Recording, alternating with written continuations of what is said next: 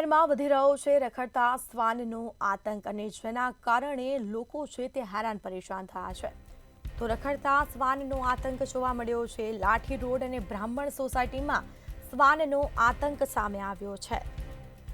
24 કલાક દરમિયાન 15થી વધુ લોકો ઉપર શ્વાને હુમલો કર્યો હતો। રખડતા શ્વાને સૌથી વધુ નાના બાળકોને ટાર્ગેટ કર્યા હતા। નાના બાળકોને પણ ઈજાઓ પહોંચી છે। રસ્તા ઉપર માતા સાથે નીકળેલ બાળકી ઉપર શ્વાને હુમલો કર્યો।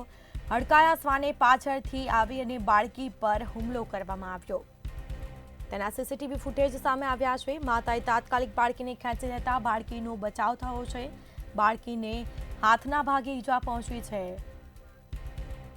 સંવાદદાતા પરેશ પરમાર ફોન લાઈન પર જોડાયા છે। જી, રખડતા શ્વાનનો આતંક જોવા મળ્યો છે, લોકો હેરાન પરેશાન થઈ રહ્યા છે, શું વિગત?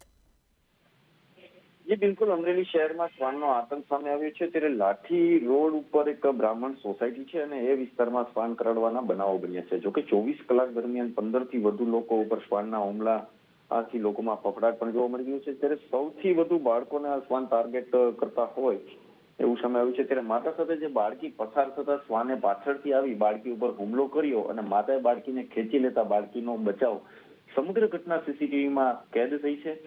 અમરેલી સિવિલ હોસ્પિટલમાં અલગ અલગ જે 15 જેટલા કેસો નોંધાયા છે। ત્યારે એક શ્વાનને હડકવા હોવાની આશંકાઓ પણ સેવાય છે। ત્યારે અમરેલી જે શહેરમાં જે શ્વાનનો આતંક છે એ લાઠી રોડ ઉપર અને બ્રાહ્મણ સોસાયટી વિસ્તારમાં શ્વાન કરડવાના બનાવો બન્યા છે અને શ્વાનનો આતંક સામે આવ્યો છે। જી બિલકુલથી તમામ જાણકારી આપવા બદલ આપનો આભાર।